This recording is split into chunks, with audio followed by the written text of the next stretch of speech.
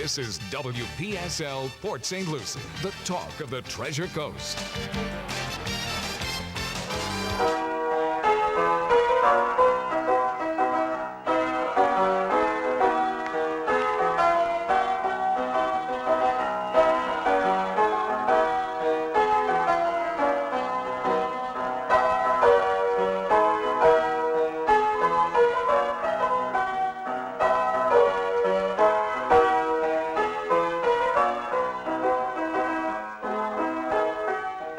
It's 11:07 at WPSL 1590, the talk of the Treasure Coast, and you're on Ask a Rabbi. And this is Rabbi Shafir Lobb for Congregation Eitz Chayim, your Jewish home on the Treasure Coast. Okay, so Mevo is actually, thank you, Mevo. Mevo's in one of its moods where it's tracking. You got four lights on there. Yeah, I got lights, and well, it's a screen thing, so you don't. Oh. You're not used to running the screen thing. It's not letting me set to my control. It's running its control. Welcome to the Mevo controls. Mevo controls. Yeah, we call it Mr. Mevo in services. That's sexist. I know. It is. I mean, everybody knows that God is a woman. I mean, you know. For everything she provides, yes. Got it. All right. And it's going to be that kind of morning. And clearly I have, hopefully not a buffo, but one of those frogs in my throat this morning. The joy of it all. Yeah. I can hear it. And you probably can too. Gives me that nice deep voice. So, all right. Yep. Such are the joys. Well, maybe a little bit of coffee will bring that up. Give it a shot. We've got to get Starbucks to sponsor this show. You know, that really would be a good show, a good deal. If you had that on the other side, it would be on the camera. That's why it's on that side. Product placement. We could charge them for that. Okay, well, let's consider that, because we certainly could use a sponsor or three. That's right. And so that's as good a place as any to say, if you enjoy Ask a Rabbi, then please consider being a sponsor for one or more episodes of the show. You can even ask for certain topics. I'm likely to talk about them. Pretty wide open on what I talk about. And just give a call. If you got a question or a comment for the rabbi, then call 772-340-1590. And if you'd like to sponsor an episode or more, or 10 or 20, please also call that number and ask to speak to Greg or Carol. They will certainly help you do that. Ask Carol, because I sleep a lot. I'm not touching that. Okay. So you're right. I mean, COVID is an interesting piece. I'm going to jump in there. I certainly anecdotally know of more people right now that have it. It seems to be, please God, a milder version of it. Doesn't seem to be as lethal. I did not track the hospital numbers this morning, but again, anecdotally, not hearing as much in that direction. We have a bunch of friends that have had it. They're down in South Florida, and it's. I think it's going to be like the flu. Oh, definitely. It's going to move in that direction. Yeah. And, for those of us who lived when the dinosaurs lived, the Hong Kong flu started out as a horrible pandemic. Well, there was a pandemic going on during Woodstock, for those who can't remember Woodstock.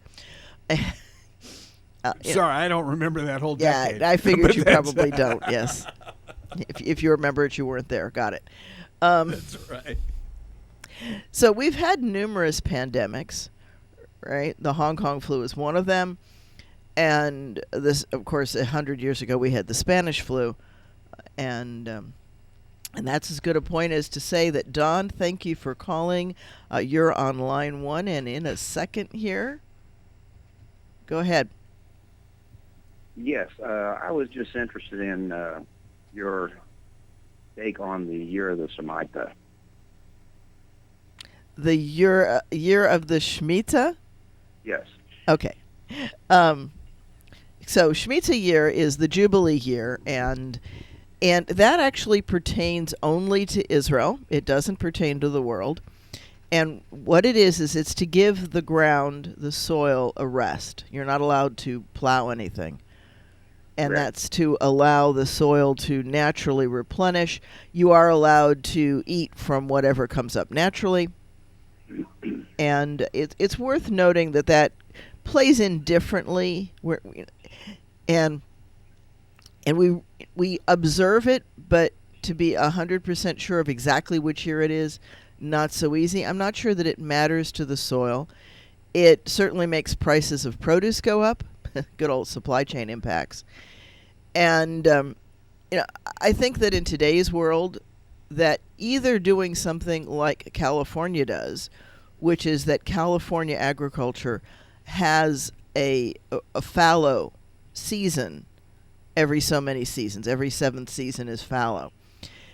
And I really don't remember if it's every seventh or after seven. So it does pertain to now. Well, that was California's choice to put that in, and I think they did because they recognized that from an agricultural standpoint, allowing the soil to rest and not have to continually produce just is healthy. It's healthy for the soil. It's healthy for the planet. And so my suggestion...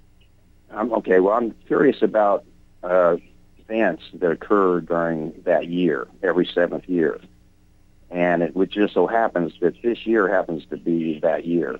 Yeah, right. And historically, really bad things have happened during that year, historically. Historically, very bad things happen every year, Don. I understand that. It's how can I? So it doesn't pertain to today. I mean, no. it does and it doesn't. I think we still need to let land lay fallow some portion of the season, some season every so often, and remember, it was also to forgive debts. Well, that's the 50th year, yeah. And there's problems with that. Rabbi Akiva actually came up with something called a prozbul, because what happens with that cycle, the forgiveness of debt, was that if you didn't have enough time to pay off the debt before that year came, the rich would not lend to the poor. And so it creates a problem. That's one of those things that sounds really good on paper, not so good in practice. And so what Akiva did is he went through the courts. There we go. It's kind of like Stewart's showing away. He went through the courts to set up a legal instrument whereby the courts carried the debt and then it was reinstated instead of forgiven. So then my understanding then is the book that Jonathan Cain has written, The Mystery of the Shemitah, is bogus. The Mystery of the Shemitah. Shemitah? Shemitah. In Tomato, Hebrew, it's tomato. Shemitah. Okay, Shemitah. So, So Jonathan Cain has it all wrong. I'm not familiar fine. with Jonathan Cain's book, so I'm going to have to beg off on that. I don't know what he has right and what he has wrong. And but again, I do agree that it's a good idea to let nature have its way every so often. I mean, there was a time when we didn't I would domesticate. highly recommend the book. Okay. I will look into it, but I have not read it, so I cannot comment on something I haven't read. So, I thank you for that. And as I started to say, thank you again for calling, Don. I think that people who pay attention to agriculture know that you have to allow soil a chance to replenish. It's the same as when we do a flower sale. When I'm raising plants, earth is one of the most expensive ingredients in a plant sale. It sounds funny. You would think the plant would be the expensive part, but it's actually the soil. And so there's a great tendency to want to reuse soil. And the problem with that is that if either insects or mold or depletion of chemicals has messed up the soil, you're going to just transfer that if you're not careful. That's interesting. So, okay, the forgiveness of debts. I mean, that's intriguing. That means Biden was around back in those days and forgiving college debt? I don't think they had college debt back Oh, then. okay. Never mind. Yeah. Anyway, that's as good a note as any, Greg. Thank you for calling in. You're live now. Please go ahead. Thank you for calling. Hello, Greg. Greg? Go. Hello. Hi. Go. Talking to Greg. Yep. Greg. I called in because I am tired. Very, very tired. Everything that's discussed, not everything, 90% of the things that are discussed on the radio, and I drive a lot, so I listen to a lot, are negative. Is there anything positive in this world? I hope so. Like your last caller. What? Yeah. Give me a break. He should be fortunate that he's blessed to be living and breathing. And so many things I hear are so horribly negative, and there is no, and I've searched for them, there is no radio station that has positive content. Every radio station has negative, destruction, mass shootings, white supremacist, Jew, non-Jew. I'm so sick and tired of it. Yeah. Thank you for that, Greg. And I will answer to that. I'll answer that both as a rabbi and as a psychologist. So Greg made the comment that everything on the media tends to be negative. And that even our last caller, Don, who talked about horrible things happening in the Shemitah year, and the reality is that horrible things happen every year, and there used to be a line in news that went, if it bleeds, it leads.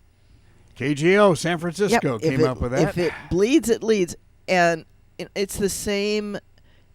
So to the defense of radio stations, TV stations, newspapers, any form of news that we have, people are curious and want to know the news if it bleeds. Unfortunately, people look, watch the traffic jam. If there's an accident southbound, everybody on the northbound are looky-loos. Rubberneck drivers. Yeah. Yep. And why? Because they want a chance to see it. We as a species, and there's probably a survival of being aware of danger. For example, crows will recognize and be able to teach other crows who has hurt a crow. Wait a minute. There've been a number of studies, and you can Google it again. Crows recognize the faces of people and other creatures that have harmed crows. Ooh. And they teach other crows to avoid them. Oh, okay. I was thinking attack them, but It depends on the situation. wow. But yeah, you'll hear the alarm go up through the crow community living in a set of trees if somebody they recognize is having harmed any crow. They also use it to warn of like bad foods or anything else that will harm. It's a survival thing. Wow, that's cool. And, random acts of kindness are not prevalent enough. They're very, very, and so they're very, very effective and profound when they happen. And I think there are, I think the broad generality of everything that we have is negative on the station. I think we do have a lot of positive shows. Our morning show's crazy. It's fun. It's a morning zoo type thing. And it's intended to be, Yeah, and I hope that I have some positive things. You do. That I talk about. You bet. Yeah. You certainly do. And you're talking about education, that kind of a thing. So, yeah. But we do tend to remember the bad. Yeah, unfortunately. It's interesting. When we look back, and Stuart made that reference today about, how good the Senate and the Congress were way back when he was young, shortly after the dinosaurs were no longer there. He's not that much younger than I am. Anyway, but we tend to look back at our experiences in the past as with rose-colored glasses. We remember the good stuff that way, and when we say the good old days, we're forgetting all of the negativity. I know that I was talking about it with my class this week. I was talking to students about, can you imagine what it was like, and I also said it at a meeting, when parents, when you left the house to go play with your friends, Greg, your parents had no way of contacting you. They didn't know where you were for hours of the day. And at 10 o'clock, it used to come on and say, "It's 10 o'clock. Do you know where your children are?" Right, with the hope that they would, in fact, be home by 10 o'clock. I was never at home. I understand. I was always doing one of the sports after school, and or working, and I wasn't allowed to work after 10. And that's one of the reasons why there is such a delay on reporting somebody missing, because it comes from the days before we had instant contact, before somebody, they never don't get back to me on a text. They never fail to answer or at least acknowledge the phone. We didn't have little phones in our pockets. It was. I'm one of the people who had one of those first brick phones. Oh, yeah. They were first called car phones because originally it was doctors and others who were on call who would pay the huge bucks to have a phone put in their car. And the phone cars were, in fact, not portable. My brick phone survived the San Francisco earthquake. And so, my phone was earthquake-proof. Yeah, there you go, because it was in your hand. Because it was in my lap. Yeah, and the brick phones were huge. The brick phones, bag phones, they were. We'd have been thrilled to have something. I remember coming off of the bag phone. It was like, what's the smallest phone you have that you can sell? And the smaller and smaller and smaller they got until you started being able to do other things. And those first phones, all you could do was make a phone call. Yeah. They didn't have cameras. They didn't even have texting. And early days of texting, for those of us who did live through that period, may not even remember it, if you wanted a C, you had to hit the 2 3 times.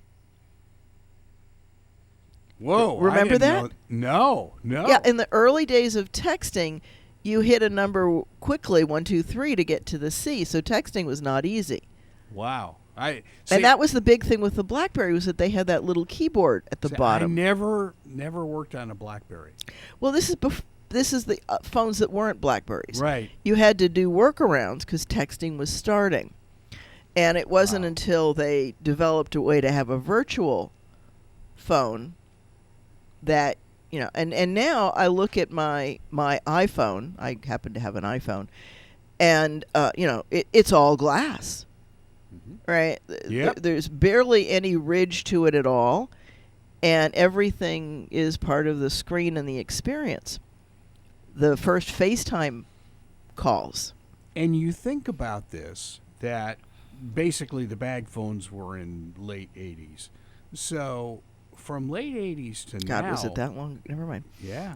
But, you're talking 40 years? It's amazing when I'm only 29. Yeah. It's amazing what you did before you were born. There you go. But you think about that. They've been around 40 years. And where we are now, that stupid thing is more powerful than computers we had in the shuttle. Yeah. They did. And especially the moon. Oh, the moon was done with a slide rule. Google it, folks. Slide rule. I still have one in my... What? Yeah, I have one. I remember I was taking a statistics class when... I think I flunked that one.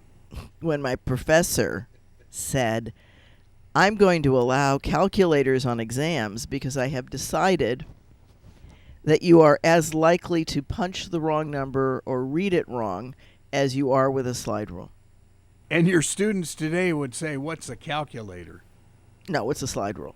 They know what a calculator is. It's one of the buttons on the phone. Yeah. And here's a tip that people may not realize, because it's one of the things that took me a while to realize. If you turn your phone sideways, it becomes a scientific calculator.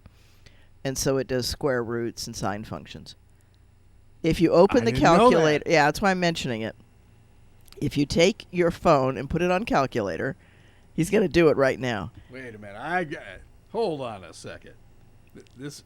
Okay, wait a minute here. Find. I don't even know if I could find it. Utilities. Yeah, it's in utility. Usually, it's in utilities unless you pulled calculator. it out. Here it is. Turn it side. See that? Oh yeah. How about that? I've never seen this before. There's all kinds of, that's part of what scares people with smartphones, which is that there's so much there that we don't even begin to know how to use, and so much that we don't.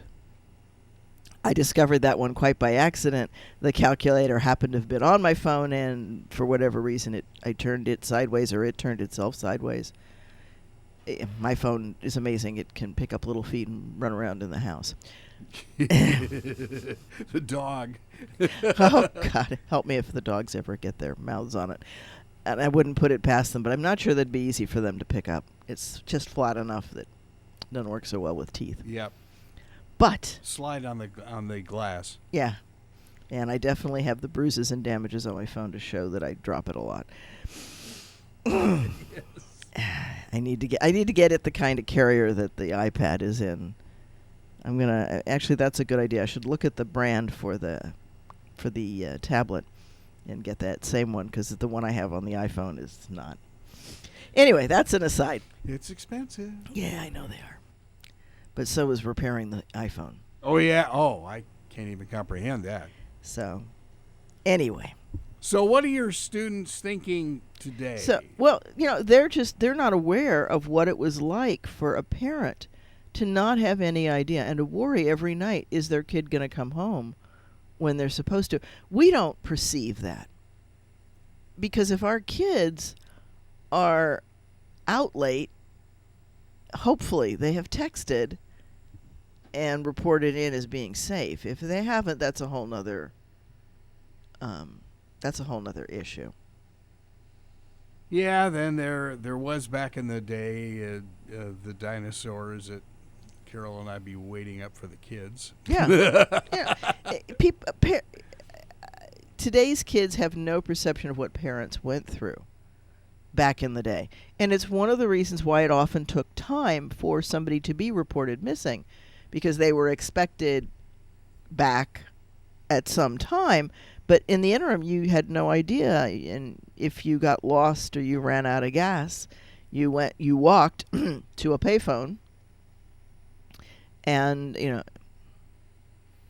it was much more difficult to keep track of people. We don't have a sense of that now with the instant contact and media images of. I've talked about that other times. The media that we now get from war zones, from catastrophes, much more to the minute and live. That's why we don't have as many pictures of a lot of the things that have happened in history. And I think that might play into some of the fascination, because when we do have it, that's a different level of information. And we didn't used to have that. And it is traumatizing as well. And that's something that people need to be aware of, that when one of the things that happened with 9/11 was that it wasn't just two planes into two buildings. And I know that many buildings, were affected by the two planes that went into the two buildings. But for many viewers on TV, it was 1 million planes that went into 1 million buildings, simply because the images were replayed and replayed and replayed. And we've researched and discovered that not only are the people who are in a trauma affected by it, but so are the first responders and the hospital staff and the therapists who deal with the people who've experienced the trauma, and the families and the friends of the people who've gone through it, regardless of whether or not the person survives and tells, in fact, maybe even worse if they tell the story, then the person who hears it gets traumatized, and even the person who hears it from them can get traumatized. So we see tertiary or third level trauma that can go into PTSD. And who goes into PTSD, who doesn't? It's 10 to 15% of the population that is severely traumatized enough by traumatizing events that they develop some form of PTSD. And that's probably why you hear, for good health, don't watch the 11 o'clock news and go straight to bed. There's a value in that because we're seeing and being traumatized by it.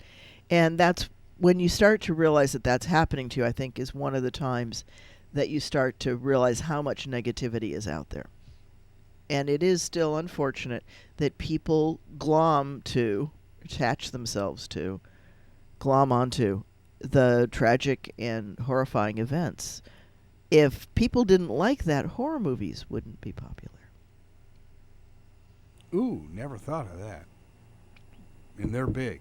They are very big. I still don't get that. I don't go to them, but there are people who enjoy the adrenaline rush associated with the horror movies. If it bleeds, it leads, right? It's the version of that. And if we look even at the typical play or book, you get to know the characters, you theoretically get to like them, then there's a conflict, a climax, and a resolution. We as creatures, perhaps because of the danger aspect, are attracted to the negative. Yes, we have wonderful moments, as you commented, for those who follow my Facebook posts. I did post a close-up of a Mexican bird of paradise flower. It is still one of my favorite. The other name for that is Pride of Barbados. There are a couple of different colorations that I've seen here on the East Coast. In Tucson, they seem to all be pretty much the same. The one that is pictured is growing in my backyard. It's huge. It's taller than I am, and it comes from Tucson. It's in a pot. That picture is amazing, by the way. It's an amazing flower. I photographed it a lot in Tucson. I photograph it a lot here. For a while, my friend Amy, it was the cover page of her banner, was the bird of paradise plant outside the Two Tomatoes restaurant because it was always in full beautiful bloom. Wow. Nice. There's a little bit of Tucson. I understand that that's no longer there. Two Tomatoes. Or Sweet Tomatoes, rather.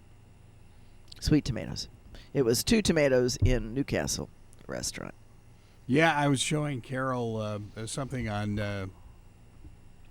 Tucson? Well, no. This goes back to her days in Bloomington, Indiana, and the place where Hoagie Carmichael wrote one of his songs is now a rib and joint, and she almost died. She goes, "Oh no, what Things happened?" change. Yeah, Everything changes. Yeah, sure. It does. And we forget what life was like. We forget what it was like to be in the old Pueblo before air conditioning. Swamp coolers. Absolutely.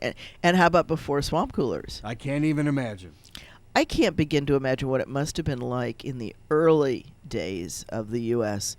when people hung cloth because the roofs were made out of mud and thatch, and little funny-legged creatures would fall out of the mud and thatch into your house. Yes, they would. And so they put up fabric to catch those creatures so that they wouldn't surprise you.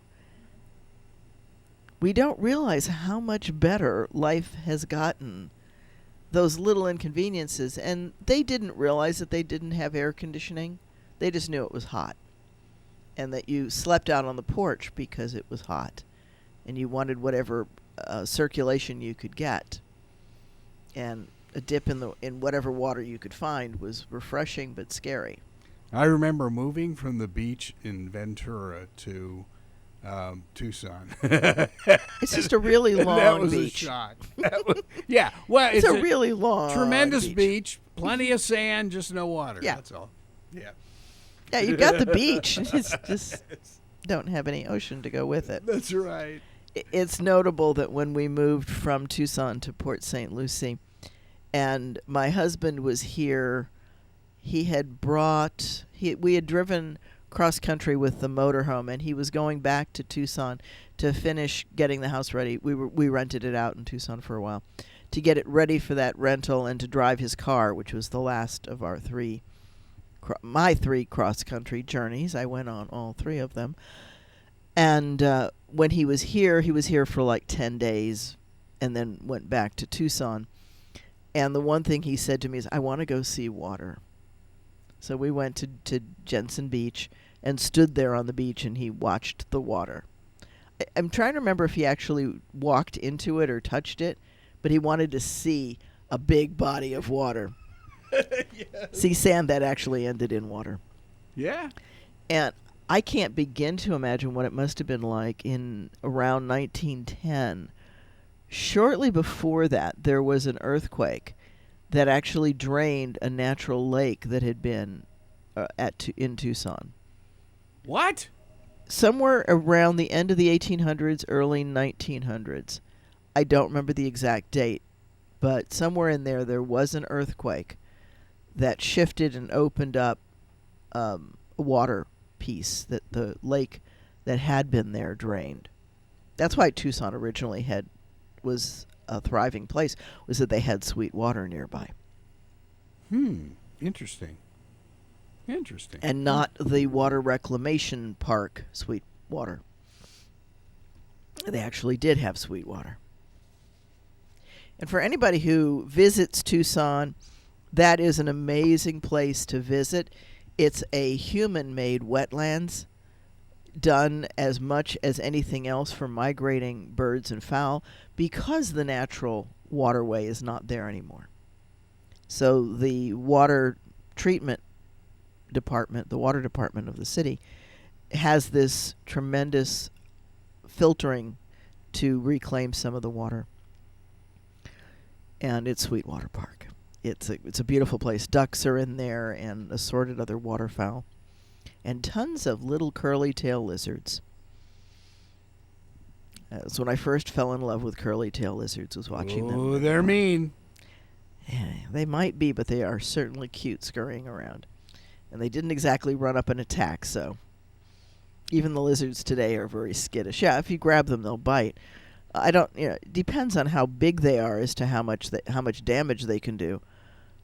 Hedgehogs that bite do a lot of damage, too. They're very cute. Not all hedgehogs bite. Some do. Okay. It's an old story. Anything with teeth can and will, when provoked sufficiently, bite. It's an onboard weapon, if you will. Sort of makes sense. Yeah, it's there. Some creatures, when provoked, will use it. So I wish there was less negativity, but I understand the human condition of wanting to know about it, and there is a value in recognizing danger. I think that's the driving, underlying piece. The secondary piece, as I said, with horror movies, is becoming reactive to adrenaline and wanting things that adrenaline rush you. It's one of the fascinations with roller coasters, is the adrenaline as you come over the top and start down. Gives you a little adrenaline kick. Till you get so used to it, and then you start looking for bigger and faster and See, scarier. I can do Ferris wheels, but I can't do roller coasters.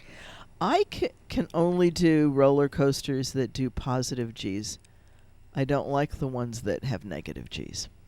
And there are a few. Not as many anymore. Most of the new ones keep you positive, or at least at zero. No lighter than zero. That's your pilot background. Yes, it is. And I can handle positive G's in an airplane better than I can on a roller coaster. But I can handle a lot of things in a plane better than I can. I don't anymore, but I used to have a tremendous fear of heights. And that was always a standard joke. Wait a minute. Back up. Yeah. What? When I was a flight instructor, I had trouble climbing on a chair. And it actually played interestingly into what I did as a flight instructor.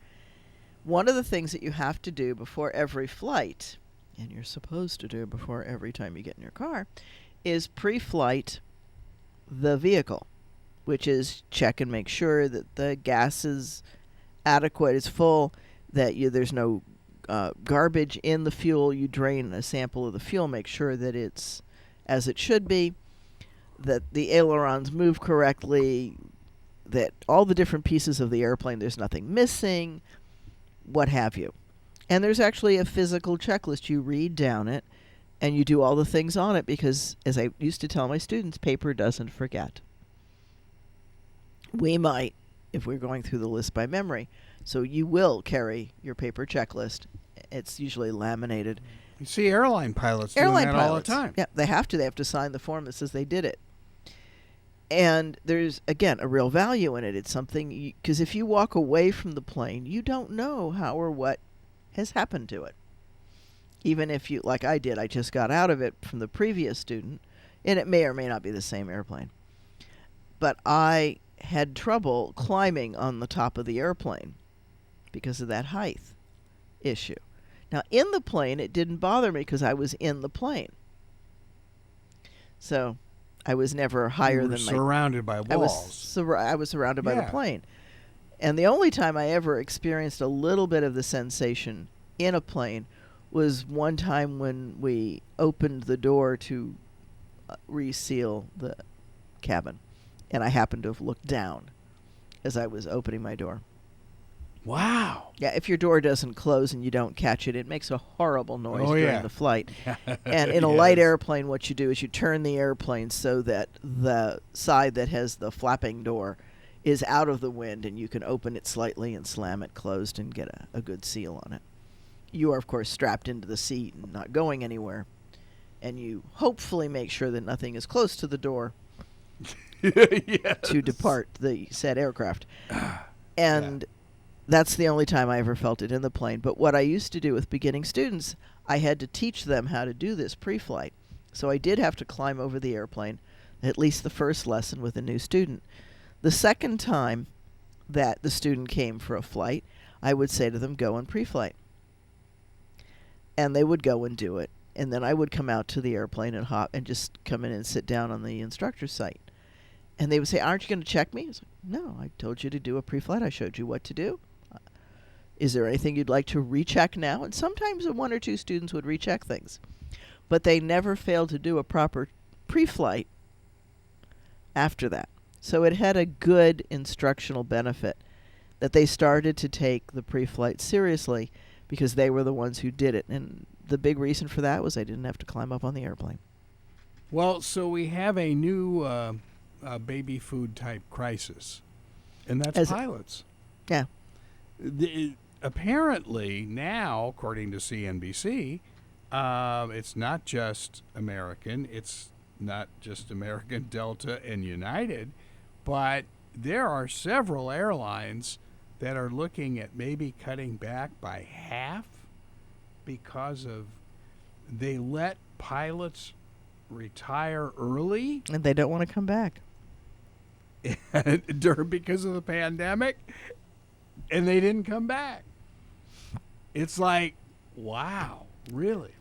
Why would... It makes complete economic sense.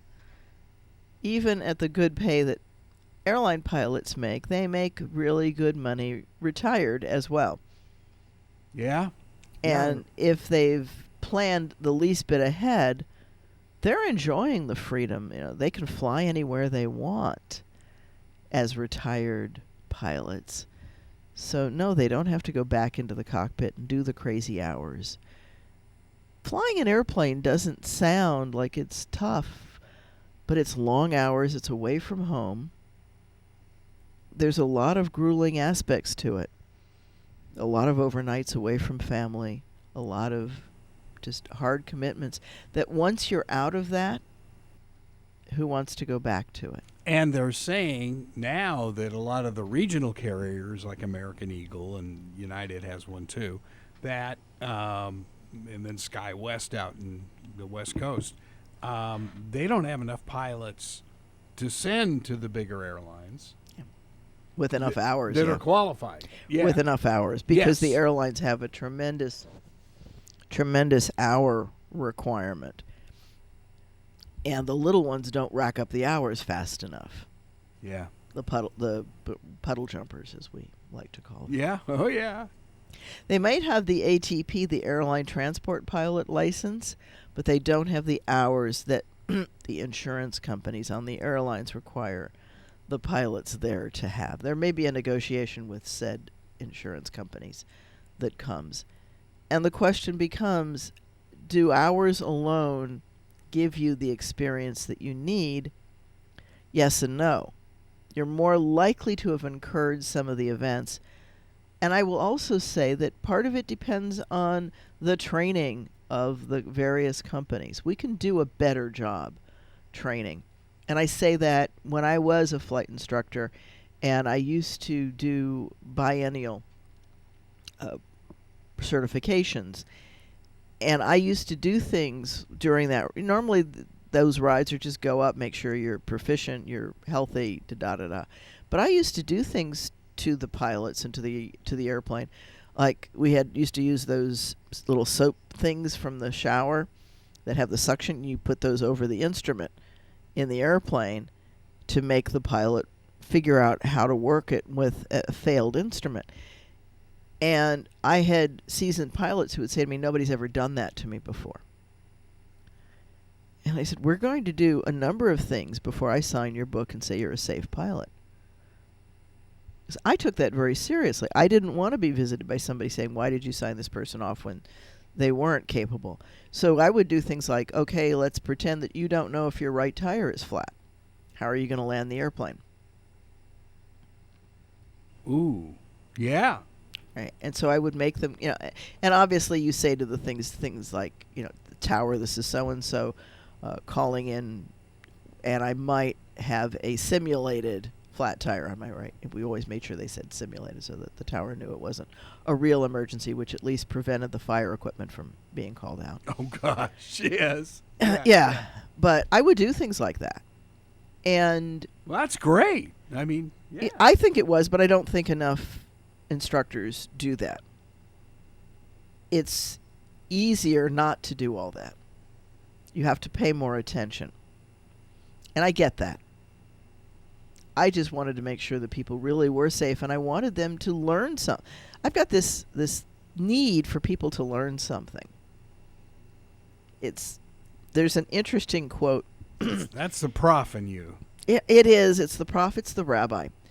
There's a story of Rabbi Akiva being in prison, and Rabbi Shimon Bar Yochai is the son of some bigwig, and he goes and he talks to Rabbi Akiva, and he says to him, teach me Torah, teach me the Jewish way, because it was illegal.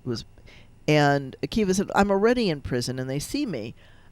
How am I going to do this without us getting in trouble? And Shimon Bar Yochai says, I'll take on the risk. I'll assume all of that risk.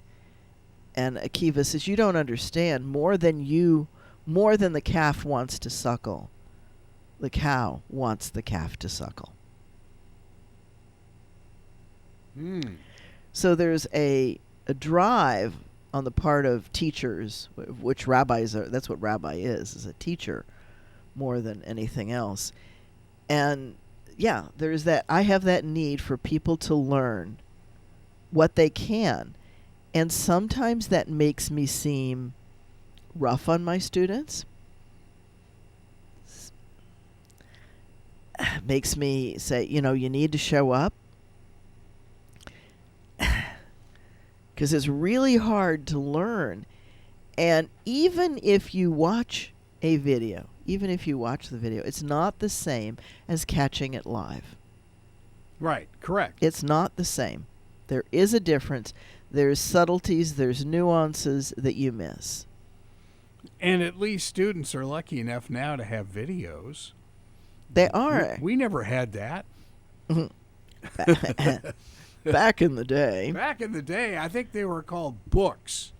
They still have books, but now most of them read the books online. I was going to say, how many are hardcover? Interestingly, one of the things that I teach students in class is how to search an ebook for topics that they want. Many of them Oh. don't know how to do that. I wouldn't. The secret is Control F, and it brings up a little box. In most online resources, it'll bring up, and then it'll do a text search of whatever words you put in that box. So if you're looking, for example, and I did this with one of my classes, if you're looking for Piaget's development theories and you want to compare them to Erikson's, then you can put Piaget and you can put Erikson into, do two searches. You can check and see what is where, and I showed them how it puts little lines on the side of the text to give you an idea of where there are clusters of talking about something and where it's just a one of. Wow. There's so many hints to make it easier to search the text. And I also like to thumb through a book and find things. I also like to joke with students and say, can you imagine what it was like before the technology of a book, of a codex, was developed? We had stuff on scrolls and papyri, and you had to roll through the scroll to find things to study if you were a student. Our memories were much better then because we used them more. In the town of Byblos, they developed the technology of sewing leaves of paper together into a book. The proper name for that is codex. Book, Byblos, is actually from that town, the same way that these tissues are called Kleenex, because the brand of Kleenex. And so the codices became Byblos, and the word for bibliography, bibliothèque, Bible. Bible is the book. If you're going to, what book would you call the book? Bible. Yeah. And that's how it became the Bible, the book. Wow. Okay. And that's why Wow. in the Quran, it talks about people of the book. If you have a monotheistic God in a sacred scripture, you are children of the book. You are members of a community, a faith community, teaching monotheism. Wow. And children of the book are not infidels. Really? Really. And so infidel. And that's in the Quran. Yeah, that's in the Quran. Ah. Okay. Which tells you something about the political machinations that are being used to teach people what the Quran doesn't say.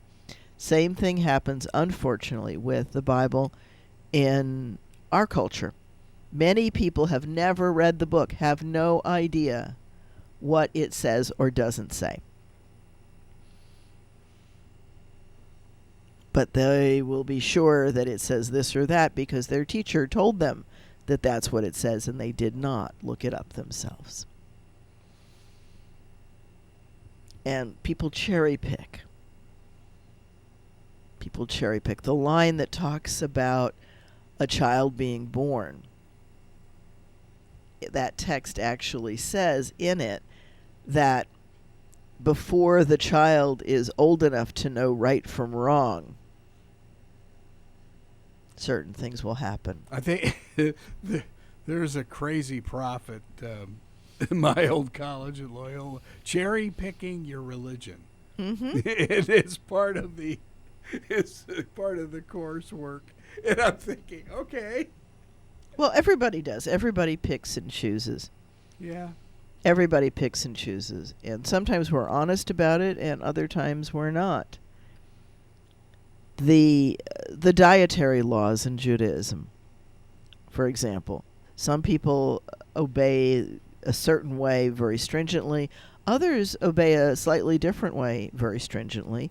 The traditions separated a little bit between Europe and other parts of the world.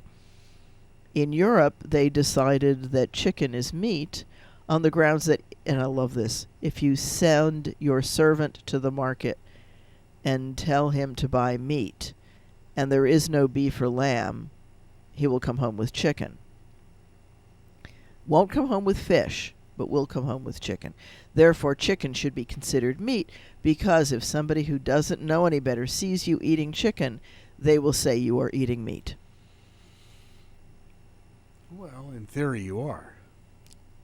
You're eating fowl. You're not eating meat. Oh, here we go. It's a function of how many different ways you cut the pie. And in parts of the world, Jews look at chicken as not meat, as its own category, just as fish is its own category. It's neither meat nor milk. Now let's look at... Now, you would eat fish, but you don't eat shellfish. Correct. It specifically says that fish need to have fins and scales, and birds need to not be birds of prey. Birds of prey are forbidden as well, probably very wisely. Not that I've ever wanted to eat an eagle or a hawk, but and yet I'm sure there are people who do. There are people who will eat anything, But, you understand a little bit more about a lot of the Jewish dietary laws because of lack of refrigeration. Absolutely. Lack of refrigeration. It's a health thing. It played into it. It also plays into the rule that you can only keep meat for 3 days and that you have to wash it. Well, even with refrigeration, 3 days. That's a good thing. Many times you can hold meat for a week in the fridge. You should wash it still. Yeah. Because it gets that. Never mind. Yeah. The injunction against meat and milk comes from one line in Torah that says, "Thou shalt not seethe the kid in its mother's milk." And a lot of people think that's about eating meat and milk together. It's not. It's about slaughtering the calf, the kid, the baby sheep, goat, things that are called kids, not calves. The kid in its mother's milk. And when people say you can't have chicken a la king, it's like, how are you boiling the kid in its mother's milk? Go get the chicken's milk and show it to me.